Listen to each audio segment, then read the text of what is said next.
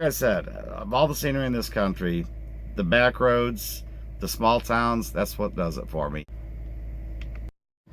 So when this whole concept started coming together, one of the things we said we wanted to do, and this is probably the most important part of this whole gig, is getting out and running the back roads of America.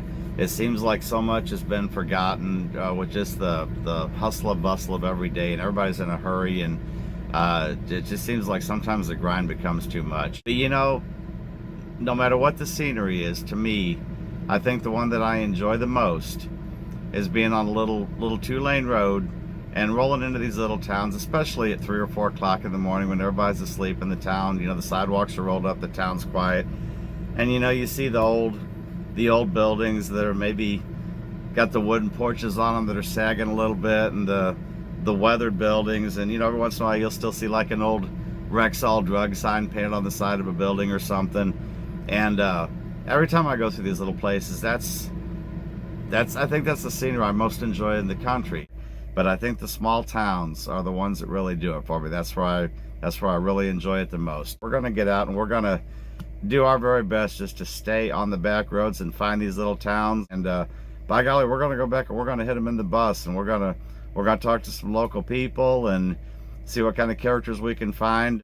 And so, like I said, of all the scenery in this country, the back roads, the small towns, that's what does it for me. And it's Blue Highways by William Lease Teetmoon. It was, I think I mentioned this before, a college professor that just was down on everything, and he bought a little 1975 Ford Econoline van and just took off with a Rand McNally on the Blue Highways, which on the Rand McNally, those were the back roads.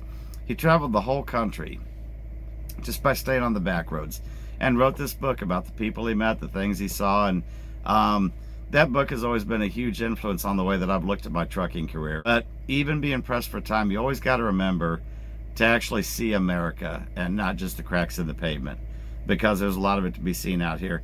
And I guess I feel so blessed that I've been able to do this for 40 years. I want to let you see some of the things that I've seen over the years, and maybe see if you can take some of the same pleasure in it.